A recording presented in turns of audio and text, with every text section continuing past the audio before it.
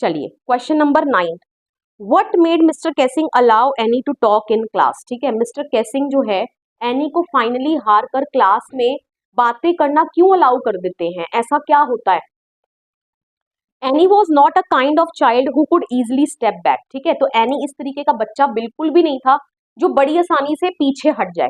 ठीक है, she kept on justifying her point that talking was her part of personality and curbing it means making her go lifeless. ठीक है, तो वो अपने इस पॉइंट को जस्टिफाई करने के मतलब कि पूरा प्रूफ करने की कोशिश करती है, मिस्टर कैसिंग को ये समझाने की कोशिश करती है कि जो टॉकिंग नेचर है उसका, वो उसकी पर्सनालिटी का एक पार्ट है और उसके ऊपर रोक लगाना मतलब उसको बेजान कर देना। ठीक है, मतलब कि अपनी सारी जो लाइवलीनेस है वो खो देगी अगर उसकी टॉकिंग के ऊपर क्या लगा दी गई, रोक लगा दी गई। Okay, clear.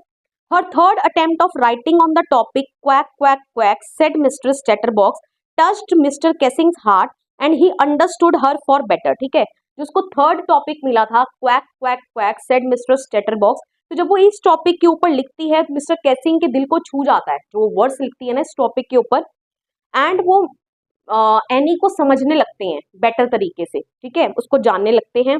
Her piece of writing helped in bridging gap between mister Keesing and her. तो ये जो उसका पीस ऑफ राइटिंग था on this topic quack quack quack said mister Chatterbox, तो इस टॉपिक ने मिस्टर कैसिंग और एनी के बीच का जो गैप है, ठीक है, उसको मिटाने में क्या करी, काफी मदद की। मतलब कि कई बारी बहुत ज्यादा गैप होने के कारण भी हम दूसरों की बातों को वो किस तरीके से फील कर रहे हैं, क्या सोच रहे हैं, हम समझ नहीं पाते हैं, लेकिन उस गैप को ब्रिज करने में मदद की किसने, एनी की उस पीस ऑफ राइटिंग ने।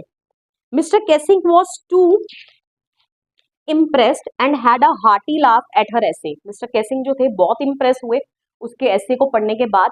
ठीक है, एंड बहुत दिल खोलकर हंसे।